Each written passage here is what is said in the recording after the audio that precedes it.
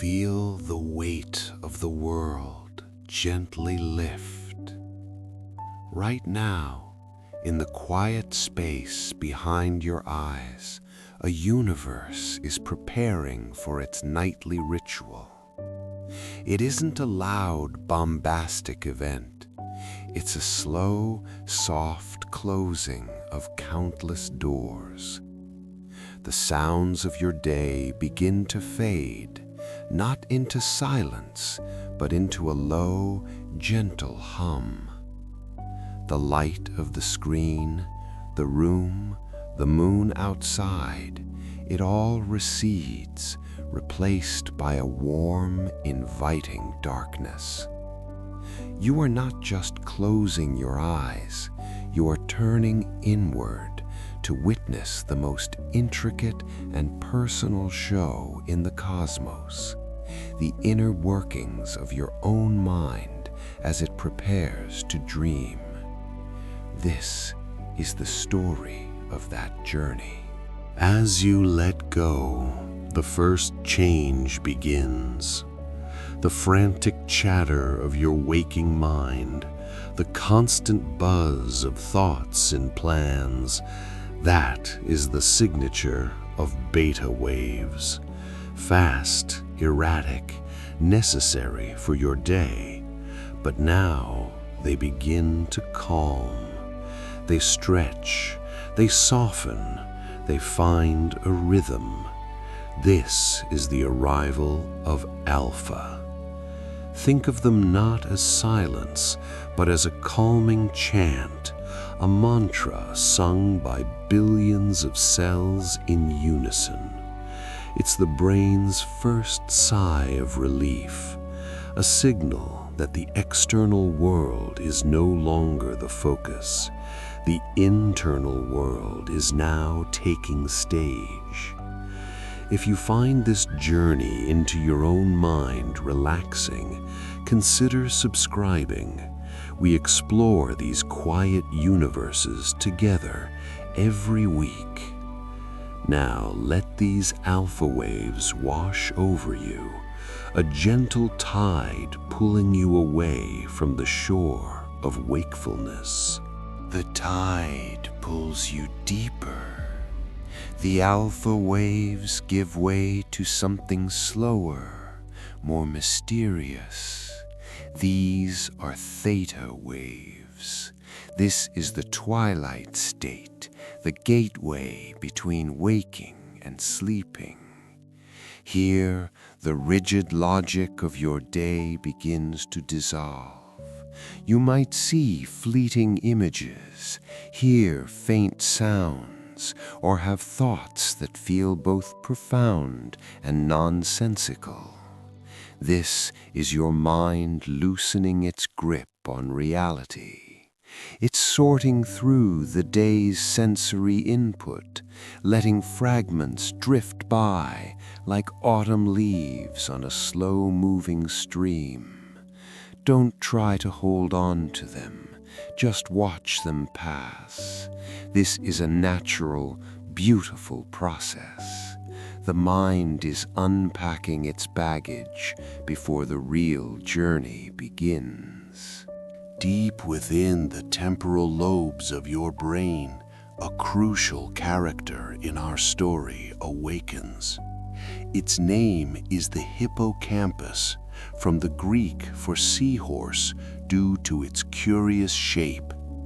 Think of it as the great librarian of your mind.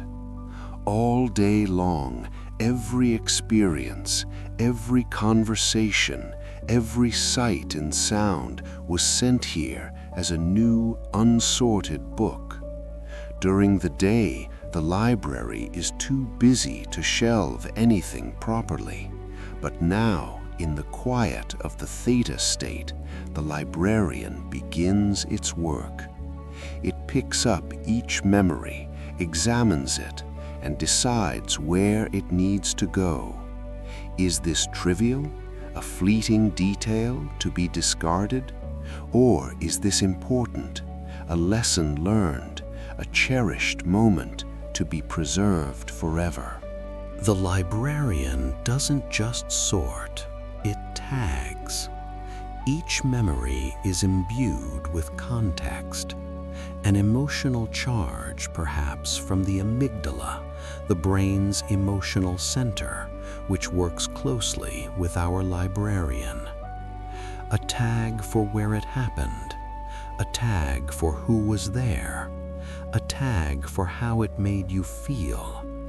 This is a process of incredible sophistication. It's why a certain smell can instantly transport you back to your childhood kitchen, or a song can bring back the feeling of a first love. The hippocampus isn't just storing a dry fact, it's preserving an entire, multi-sensory experience. It is carefully weaving the threads of your day into the grand tapestry of your life. Now you drift even further down. Beyond the twilight of theta, you enter the deep restorative ocean of delta sleep. The brain waves become long, slow, and powerful. This is the most profound state of unconsciousness. Your body is at its most relaxed. Your breathing is deep and regular. Your heart rate is slow. It is here, in this deep quiet, that the most critical physical restoration occurs. Your cells repair themselves. Your muscles recover. Growth hormone is released. This is not an empty void. It is a workshop for healing. It is the foundation upon which your next day will be built. You are offline to the world, but your internal universe is busy with the work of renewal. While your mind rests in the Delta Ocean, another team gets to work. These are the glial cells, the brain's sanitation department. All day long, your hard-working neurons produce metabolic byproducts, a kind of cellular exhaust. If this waste were to build up, it would be toxic, clouding your thoughts and damaging your brain over time. But during deep sleep, something amazing happens. The channels between your brain cells actually expand, allowing cerebrospinal fluid to flow through more freely, washing these toxins away. The glial cells absorb this waste, cleaning and resetting the neural environment.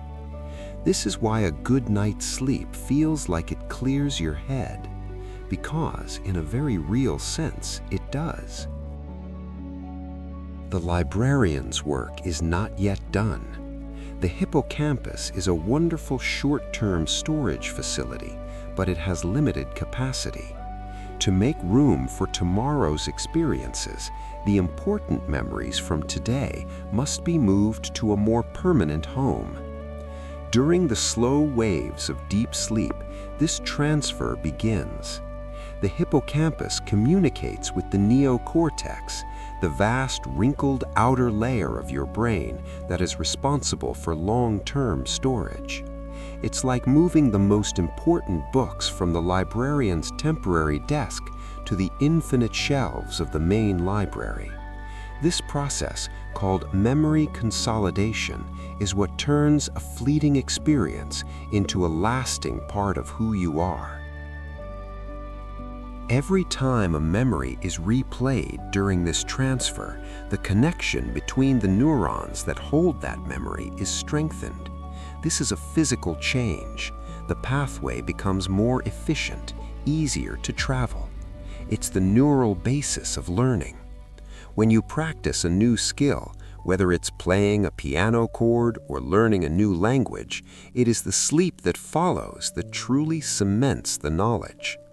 The brain rehearses the patterns over and over, building a robust and reliable neural highway. So when you wake, what was once difficult becomes a little easier, a little more automatic. Sleep is not time off from learning. It is an essential part of it. But the brain doesn't just strengthen connections, it also weakens them. Throughout the day, countless trivial connections are formed. The color of a passing car, a snippet of a conversation you overheard. Keeping all of this would be overwhelming, inefficient. So during sleep, the brain engages in a process called synaptic pruning. It selectively weakens and removes the connections that are not being used, the memories that the hippocampus deemed unimportant. It's like a master gardener tending to a vast and complex garden, trimming away the weeds so the most beautiful and important plants have room to grow. This makes your mind more efficient, more focused. Your journey through sleep is not a straight line down into darkness. It is a cycle, a graceful dance that repeats itself several times throughout the night. After about an hour or so in the deep, restorative delta sleep, your brain begins to ascend. It moves back up from the depths, through the twilight of theta, and into a lighter stage of sleep. This entire cycle, from light sleep down to deep sleep and back up again, takes about 90 minutes. And at the peak of this ascent, something truly remarkable happens. The stage is set for the dream weaver to begin its work. You have arrived at REM sleep, rapid eye movement. It is a land of paradox. On one hand, your brain activity becomes almost indistinguishable from when you are wide awake. It is buzzing with energy, firing on all cylinders. But on the other hand, your voluntary muscles are completely paralyzed. A signal is sent down your brainstem to ensure that you do not act out the vivid experiences you are about to have. Your mind is wide awake, but your body is in lockdown. It is in this strange, paradoxical state that the most vivid, narrative, and often bizarre dreams occur. During REM sleep, the brain's emotional director, the amygdala, is highly active. This is why dreams are often so emotionally charged. They can be filled with intense joy, profound sadness, or heart-pounding fear. The amygdala is pulling from the emotional tags that the hippocampus placed on your memories earlier in the night. It is weaving these feelings into the fabric of your dreams, creating stories that resonate with your deepest hopes and anxieties. It is not bound by logic or reason. It is driven by pure, raw emotion. It is the heart of your dream, painting with a palette of feelings. So why are dreams so strange? Why can you fly or talk to animals or find yourself in a house that is both your childhood home and a spaceship? The answer lies in what is not active. Your prefrontal cortex, the part of your brain right behind your forehead, is the seat of logic, reason, and rational decision-making. It's your internal editor, your reality checker. And during REM sleep, it's mostly offline. With the logical editor on vacation, the emotional director, the amygdala, is free to create narratives without constraint. It connects disparate memories, ideas, and feelings in novel and often nonsensical ways. This is the source of the surreal, beautiful, and sometimes frightening creativity of your dreams. So a dream begins. It is a collage, a mashup of the day's events, old memories, and deep-seated emotions. The brain, ever the storyteller, tries to make sense of this chaotic input. It takes a feeling of anxiety from the amygdala, connects it to the memory of an old school, adds the face of a person you saw on the bus, and weaves it all into a narrative. You have a final exam you haven't studied for. It is not a memory. It is not a fantasy. It is something new, a unique creation forged in the strange fires of REM sleep. It is your brain trying to tell itself a story based on the random firing of its own circuits. But dreaming is not just random nonsense.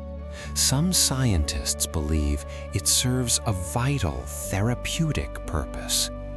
By reactivating emotional memories in the safe, paralyzed environment of REM sleep, the brain can process them without the accompanying stress hormones. It allows you to relive a difficult experience, but strip away the sharp, painful edges of the emotion. It's a way of taking the sting out of trauma, of learning the lesson from a painful event without having to carry the full weight of the pain itself. It is, perhaps, a form of overnight therapy, helping you to wake up with a slightly lighter emotional load. Another fascinating theory is that dreaming is a kind of virtual reality simulator, specifically a threat rehearsal simulator. Our ancestors lived in a world full of dangers. Dreams may have evolved as a way to practice responding to those threats in a safe environment. When you dream of being chased or falling or being in a conflict, your brain is running through simulations. It's testing out escape routes and response strategies.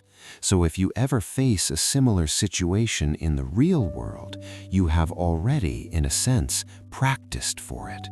Your dream weaver is also your personal safety instructor. With the logical prefrontal cortex offline, the brain is free to make connections it would never make in its waking state. This makes the dream world an incredible cauldron of creativity. It can connect two seemingly unrelated ideas and reveal a surprising new solution to a problem you've been stuck on. Many great scientific discoveries, artistic works, and musical compositions have famously been inspired by dreams. Your brain is not just sorting and rehearsing, it is playing. It is exploring the infinite space of possibility, looking for novel combinations. It is your own private muse working the night shift. The vivid world of the first REM cycle fades. The brain activity calms. The paralysis lifts. You might shift your position in bed. And then the cycle begins anew. You descend once more into the quiet, restorative depths of delta sleep. The cleanup crew and the memory consolidators get back to work. Each cycle is a little different. As the night progresses, the periods of deep sleep tend to get shorter, and the periods of REM sleep get longer.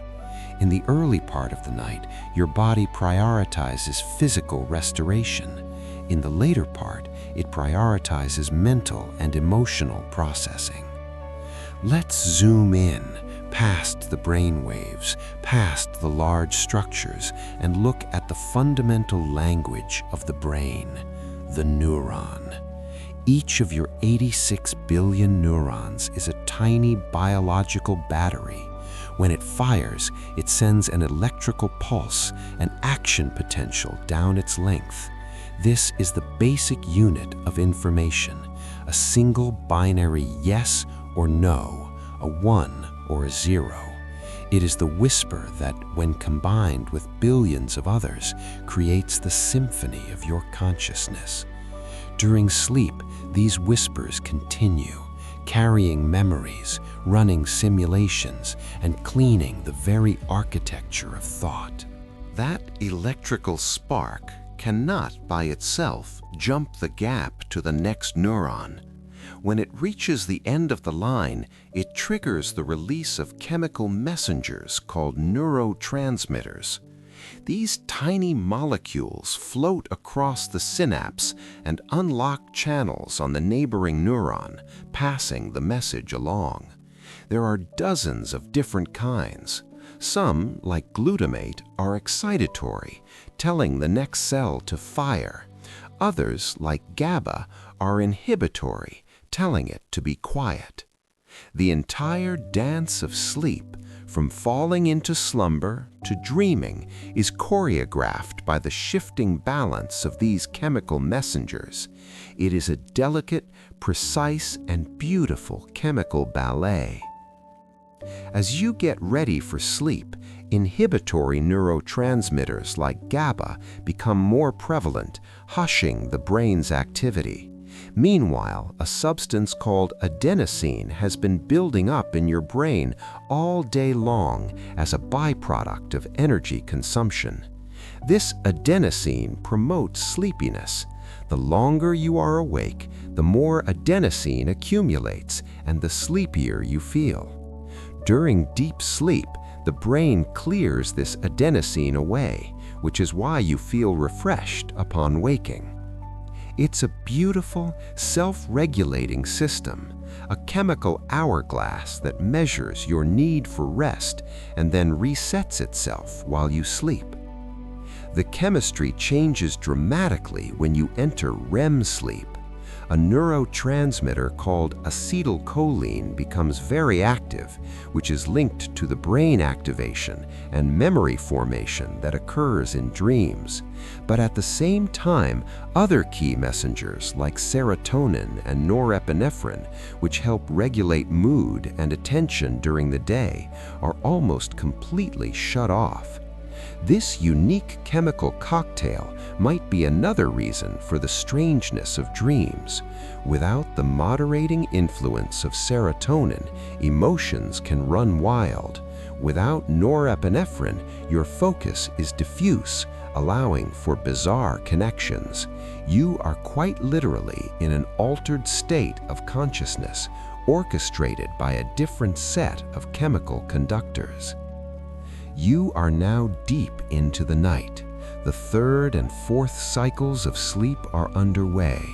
The periods of deep delta sleep are becoming shorter, but the REM stages are growing longer, richer. The dreams you have in the early morning hours are often the longest and most memorable. The brain has had hours to process the day's events, to clean its pathways, and to strengthen its connections. Now the dream weaver has more material to work with, more time to spin its tales. The narratives become more intricate, the emotional landscapes more profound. This is the creative peak of your sleeping mind. What is the dreamweaver trying to achieve with these elaborate stories? One theory is that it's a process of integration. Your brain isn't just storing new memories in isolation. It's actively trying to figure out how they fit into your existing network of knowledge. How does this new thing you learned today relate to something you learned 10 years ago? How does this new person you met fit into your understanding of people in general? Dreams, with their ability to connect disparate ideas, are the perfect place to do this work. They are weaving the new threads of yesterday into the vast existing tapestry of yourself. While your brain is on its wild journey, the rest of your body is in a state of profound peace. Your nervous system has shifted from the fight or flight sympathetic mode of your busy day to the rest and digest parasympathetic mode. Your blood pressure drops, your body temperature falls slightly. The intricate orchestra of your physiology is playing a slow, calming adagio. This nightly dip into parasympathetic dominance is absolutely essential for your long-term health. It reduces stress on your cardiovascular system and allows your organs to enter a state of recovery and repair. Sleep is a whole-body phenomenon. In the quiet of the night, your immune system is at its most active. While you sleep, your body increases the production of cytokines, proteins that target infection and inflammation. It produces more T cells, the soldiers of your immune response. This is why sleep is one of the best things you can do when you're sick. It is also why chronic sleep deprivation can make you more susceptible to illness. Your nightly rest is not just for your mind, it is a critical training and deployment time for your body's unseen guardians, ensuring they are ready to protect you in the coming day. To truly appreciate the gift of sleep, imagine for a moment a world without it. The adenosine would build up relentlessly, creating a constant, heavy fog of sleepiness.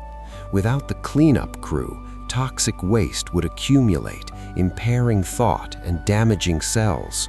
Without the librarian, memories would be a jumbled, unprocessed mess. Without the emotional therapist of REM sleep, anxieties would fester and grow. Without the nightly repair, the body and immune system would weaken. Sleep is not a luxury, it is a biological necessity, as fundamental to our existence as air, water, and food. It is the price we pay for a vibrant, healthy, and complex waking life. As dawn approaches, you enter your final and often longest REM period of the night. Your body temperature begins to slowly rise. Your brain is a hive of activity, weaving its last great story before the sun rises. These morning dreams are the ones you are most likely to remember upon waking, as you are often roused directly from them. They can leave a lasting impression, a lingering feeling of joy or mystery or insight that colors the first few moments of your day. It is the dream weaver's parting gift. But why are dreams so notoriously difficult to remember? As you begin to transition back towards wakefulness, that unique chemical cocktail of REM sleep begins to change. The logical prefrontal cortex starts to come back online. The neurotransmitters of your waking life, serotonin and norepinephrine, begin to rise. This new chemical environment is not conducive to holding on to the fragile, illogical fabric of a dream. The memory is like a snowflake on a warm hand. It was beautiful and real for a moment, but it quickly melts away, often leaving nothing but a faint feeling behind. The journey back to the surface is a careful, deliberate reversal of the one you took hours ago. It's a slow decompression, like a deep-sea diver methodically ascending to avoid the shock of a rapid pressure change. Your brain can't just flip a switch from sleep to wakefulness. It needs to retrace its steps. You begin to rise from the dense, active world of REM sleep. The vibrant, narrative-driven dreams, the intense emotional simulations, they all start to dissolve. The vividness frays at the edges, the story's logic collapses, and the characters you were just interacting with fade into abstract feelings. It's as if a film is ending, not with a cut to black, but by the projector bulb slowly dimming until the screen is just a soft, empty gray. This brings you back for a brief moment into the embrace of theta waves. You're entering that strange twilight state, the hypnopompic phase, a corridor between the world of dreams and the world of sensation. You're not quite asleep, but you're certainly not awake yet. Here, fleeting thoughts and faint, nonsensical images can drift through your mind, the last echoes from the depths. Then a new frequency begins to pulse. The calm, rhythmic hum of alpha waves re-emerges. This is the brain's idling state, the signature of quiet, restful wakefulness. It's not the frequency of active thought, but of passive awareness. Your brain is gently preparing itself, running its final system checks before re-engaging with the complexities of the external world. The neural doors that were so softly closed hours ago to protect your consciousness are now being prepared for reopening. You might start to register the faint pressure of the blanket on your skin or the distant sound of a car passing outside. These are the first signs that the connection is being reestablished, that the world is waiting just on the other side. Long before your alarm clock has a chance to sound, your body has already begun the intricate process of waking you up. About an hour, sometimes even 90 minutes before you naturally open your eyes, a tiny cluster of neurons deep in your brain gets to work. This is the suprachiasmatic nucleus, your body's master internal clock. It's not just passively keeping time, it's actively anticipating the dawn. Based on the light cues it received the previous day, this master clock sends out a critical, non-negotiable signal. This hormonal message travels down to your adrenal glands, which sit right on top of your kidneys, and give them a specific instruction: begin releasing cortisol. Now, when most people hear the word cortisol, they immediately think of stress, and for good reason. It's the famous hormone of our fight-or-flight response. But context is absolutely everything here. In this morning scenario, cortisol isn't a reaction to a threat, it's a proactive wake-up signal. Think of it less as an alarm bell and more as your body's own perfectly timed, naturally produced shot of espresso, designed to gradually bring your systems online. This gentle surge of cortisol acts as a powerful natural stimulant. It begins to methodically raise your blood sugar by telling your liver to release stored glucose into the bloodstream.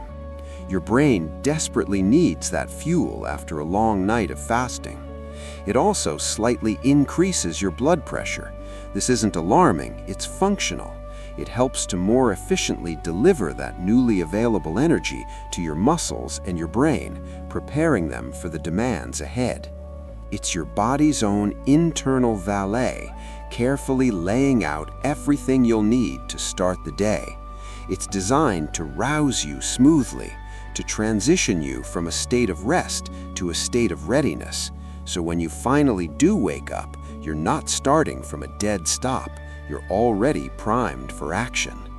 The command that has kept your muscles locked in place during your dreams, that protective paralysis of REM sleep, is finally rescinded. It's not an abrupt change, like a switch being flipped. It's more of a slow, deliberate release. Your brain, the central command, cautiously begins re-establishing its connection with your voluntary muscles. It's as if it's sending out tentative signals down your spinal cord, checking if the lines of communication are clear after hours of being offline. It's remapping its own territory. And then comes that first, almost involuntary movement. You might stretch your arms over your head, arching your back, or just roll over onto your side. This isn't a fully conscious decision so much as a biological imperative. It's your body rebooting. With that stretch, a cascade of sensory information floods back to your brain, reminding it of the physical form it inhabits. You can feel the satisfying tension and then the release in muscles you hadn't been aware of for hours. You are re-anchoring yourself in your physical body. At the same time, your breathing pattern starts to shift.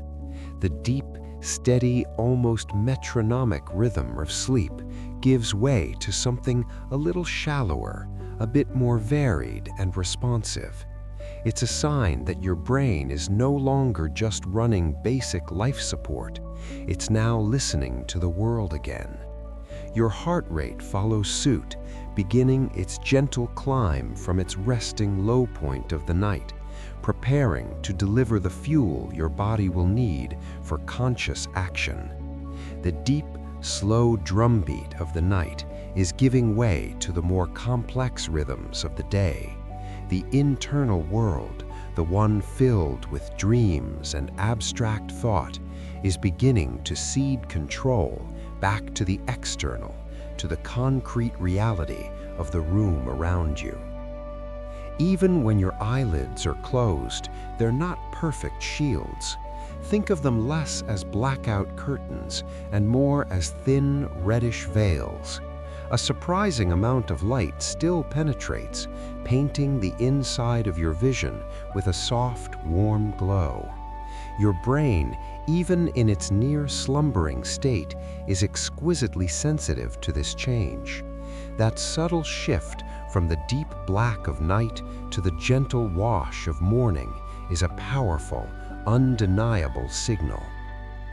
This first light acts like a starting gun for your biology. It's a direct message sent straight to the master clock deep inside your brain, the central coordinator of your entire daily rhythm. And it says one thing: the day has officially begun. It's time to switch gears. The very first thing that happens is a shutdown of the melatonin factory. Melatonin, the hormone of darkness, has been coursing you all night, keeping you in that state of deep rest. But it's incredibly photosensitive. The moment that morning glow registers, production grinds to a halt. It recedes like a tide pulling away from the shore. As melatonin fades, another system kicks into high gear, the cortisol awakening response. Now, cortisol often gets a bad reputation as the stress hormone, but this morning surge is absolutely essential. It's not about anxiety, it's about energy. It's the body's natural jolt of caffeine, a biological command to wake up, get sharp, and be ready. You are now on the very cusp of consciousness, poised at the edge of the waking world, your brain and body perfectly synchronized and prepared for the first conscious breath of a new day. And then, after hours of this quiet internal labor, the signal is given. The shift begins. Deep within your brain, the slow rolling rhythm of alpha waves starts to recede. It's like the tide going out. In its place comes a new energy, a faster, more jagged frequency. These are the beta waves, the signature of a brain that's alert, focused, and ready to engage with the outside world. Your eyelids flutter, then open. The world doesn't just appear, it floods in. It's an immediate, overwhelming sensory cascade. It's not just light, it's the specific slant of morning sun cutting across the room, illuminating a universe of dust motes dancing in the air. It's not just sound, it's the faint hum of the building's heating system, the distant call of a bird, the soft rustle of your own breathing. Your skin registers the precise texture of your sheets, the cool spot on the pillow. But you're not quite you yet. For a few seconds, maybe even a few minutes, you're caught in a thick cognitive fog. This state has a name: sleep inertia. It's a very real biological hangover. Your brainstem and limbic system, the parts that control basic functions and emotions, are awake, but your prefrontal cortex, the sophisticated executive in charge of reasoning and decision-making, is still hitting the snooze button. It's why a simple question like, "What's the plan for today?" can feel impossibly complex. Your brain's CEO hasn't arrived at the office yet. Soon, though, it comes fully online. The grogginess dissolves, the mental haze burns away like a morning mist, and the world snaps into sharp focus. Clarity returns. You are present. And what you're left with is the result of all that nocturnal work. Your brain isn't just rested, it's been fundamentally renewed. It's been cleaned, its metabolic waste flushed out. Neural pathways have been repaired. The experiences from the day before have been processed like a librarian working the night shift. Trivial facts were discarded, but the important lessons are now filed neatly into the shelves of long-term memory. That difficult conversation from yesterday? Sleep has performed a kind of emotional alchemy. It hasn't erased the memory, but it's gently stripped away the sharp, painful emotional charge, leaving you with the lesson, not the sting. And somewhere, just beneath your conscious thought, are the strange and brilliant connections your brain made while you were dreaming. The creative answer to a problem you've been stuck on might just be waiting for you, a final gift from the night. You have returned from an incredible journey. It's a journey we mistake for an absence, for a blank space in our lives, but it's anything but. You didn't just switch off for 8 hours. You traveled through the shifting architecture of your own consciousness, descending through layers of awareness, from the light drowsiness where thoughts drift like clouds, down into the strange, vivid lands of dreams, and further still into the deep, restorative darkness where the self seems to fall away completely. While you were on this voyage, you witnessed the intricate work of billions of cells, a silent, tireless crew dedicated to your well-being. Think of your body as a city that shuts down for the night, not to sleep, but to begin its most important work. Repair crews emerge to mend torn muscle fibers. A sanitation system unique to your brain activates to wash away the toxic byproducts of a day's worth of thinking. Memories, once a chaotic jumble of the day's events, are carefully sorted, filed, and consolidated by an unseen librarian. You were not absent. You were actively healing, learning, processing, and creating. Sleep is the silent, unsung hero of your life, the partner that does all the difficult work behind the scenes without ever asking for credit. We so often treat it as an inconvenience, an enemy of productivity, but it is the very source of it. It is the solid ground beneath your feet. It is the deep, quiet foundation of your physical health, your mental clarity, your emotional balance, and your creative fire. Every coherent thought you have, every patient response you give, every creative idea that springs to mind is born from the quiet labor of the night. It is the nightly reset, the profound restoration that makes your waking hours not just possible, but meaningful. We spend so much time looking up at the night sky, completely in awe of its scale. But we rarely consider that the universe within you is just as vast, just as complex, and just as mysterious as the one outside. Think about the sheer numbers for a moment. You have roughly 86 billion neurons inside your skull. That's nearly the same number of stars estimated to be in our own Milky Way galaxy. And every single one of those neurons is capable of firing, of creating a tiny electrical spark in the darkness of your mind. Each flash is like the birth of a star, a flicker of an idea, a new connection being made, a distant memory being brought to life. And these neurons aren't just floating in isolation. They form staggering networks, trillions of connections that create pathways for your thoughts. When scientists map these neural structures, they look almost identical to cosmological maps of the universe. They resemble the great cosmic web, the glowing filaments of matter that connect entire clusters of galaxies.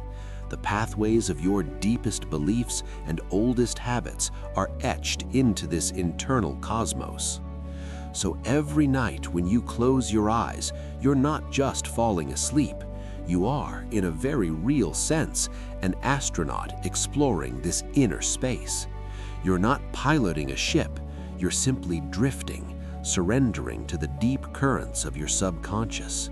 You travel past constellations of memory and through the swirling nebulae of half-forgotten emotions. And in this silent journey, you become a witness to the quiet miracle of self-renewal. This isn't just rest, it's reconstruction on a cellular level.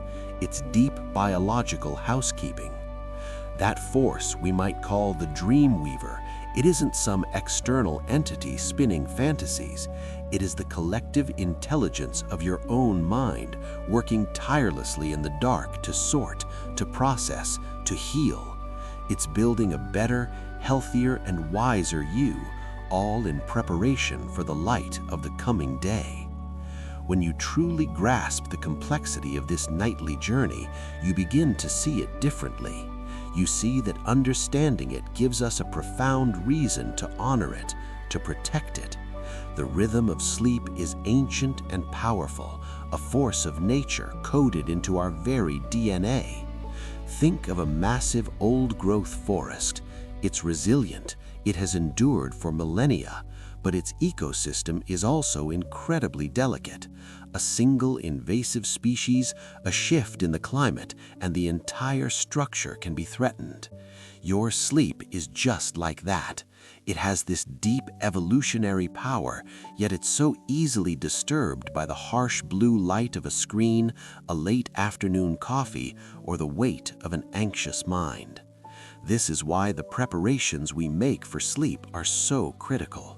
Creating a consistent routine, for instance, is far more than just setting a bedtime. It's an act of communication with your own biology. You're providing a reliable anchor in the flow of time, signaling to your deepest biology that the moment for rest and repair is approaching. You're setting the stage, letting every system know the curtain is about to fall. Then there's the creation of a peaceful environment. This goes beyond just a dark room. It's about composing a sensory message of safety. It's the feeling of cool, clean sheets against your skin. It's the weight of a blanket that tells your nervous system it's secure. It's the gentle hum of a fan or the profound quiet that replaces the day's noise. You're not just getting into bed, you're entering a sanctuary that you have built specifically for this purpose. And perhaps the most difficult, most important part, cultivating a quiet mind before you lie down. Trying to fall asleep while your thoughts are still racing is like trying to land a plane in a hurricane. The turbulence is too much. Quieting your mind doesn't mean forcing it to be empty. That's a fool's errand. It means allowing the torrent of thoughts to slow to a gentle stream.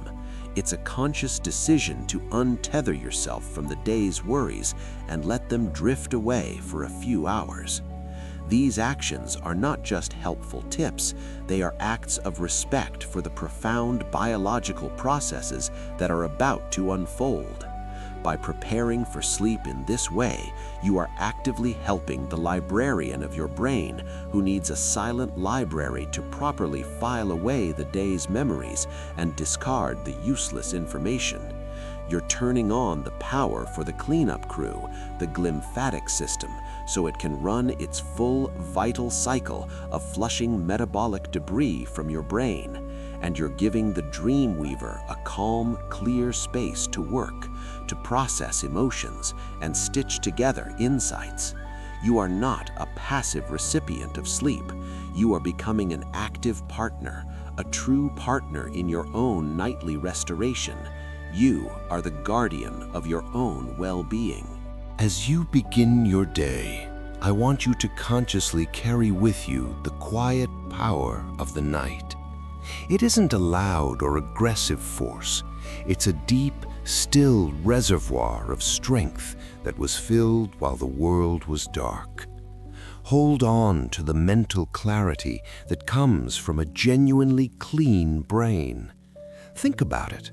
While you slept, your mind engaged in a crucial rinse cycle, clearing out the metabolic junk left over from yesterday's thinking, worrying, and learning. You wake up not just rested, but with actual, tangible mental space, a clean slate. And with that clarity comes a profound emotional balance. The feelings from the day before, the anxieties or frustrations that might have felt sharp and overwhelming, have been carefully processed. Your brain worked diligently to soften their edges, to file away the difficult experiences without the painful emotional charge attached. The memory is there, but the sting has faded. It's the difference between an open wound and a healed scar. Then you have the new connections, the creative and insightful ideas that were forged in the crucible of your dreams. Your mind wasn't just off, it was a silent workshop, pulling together disparate thoughts, linking a conversation you had yesterday with a book you read 5 years ago, building novel solutions to problems you've been stuck on. That aha moment you get in the shower, it wasn't born there, it was assembled for you overnight. And finally, feel the physical energy, the deep foundational strength that comes from profound cellular repair. This isn't the jittery energy of caffeine. It's a feeling of solid readiness in your bones, a resilience in your very tissues. Your entire biological system was serviced, repaired, and restored. So please understand, you are not starting from zero, not even close.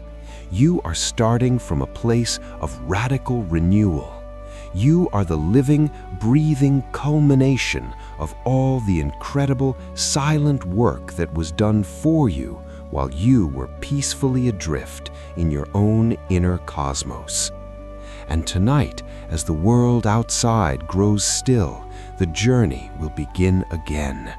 It's an internal pilgrimage you're invited to every single night, a return to the source code of your own being. The great doors to the waking world will begin to shing shut, not with a crash, but with a silent, heavy grace. The door to your worries, the door to your to-do list, the door to the person you have to be for everyone else. Hear the soft, buffered click as they close, leaving you in the quiet, sacred antechamber of the self. The waves of thought which crashed and churned all day will begin to slow. That turbulent ocean of information and anxiety recedes, the water pulling back from the shore of your awareness. What's left is a gentle, rhythmic lapping, a quiet, glassy surface reflecting the inner moon. Deep within the great halls of your mind, the librarian begins its work. This silent, tireless part of you starts sorting through the day's experiences. Every conversation, every sight, every feeling is a book that was taken off the shelf. Now the librarian carefully places them back where they belong. Some are filed away as memories, others are set aside for the dreamweaver to inspect. It is a necessary, nightly restoration of order. And nearby, the dreamweaver prepares its loom. It gathers the threads of your day, a forgotten scent, a passing fear, a flicker of a deep-seated hope. It's preparing to weave them into stories, into messages and rehearsals for the life you're living. The loom makes no sound, but you can feel its potential, charged with a powerful, creative energy. This entire process is a cycle as reliable as the turning of the earth, as certain as the moon's pull on the tides. It is a fundamental promise of rest and renewal, an open invitation that is reissued to you every single evening, waiting only for your acceptance. Think back to your last journey. What echoes remain from last night's dreams? Maybe not a full story, but a feeling that lingered when you woke, a strange, vibrant color, or a single powerful image.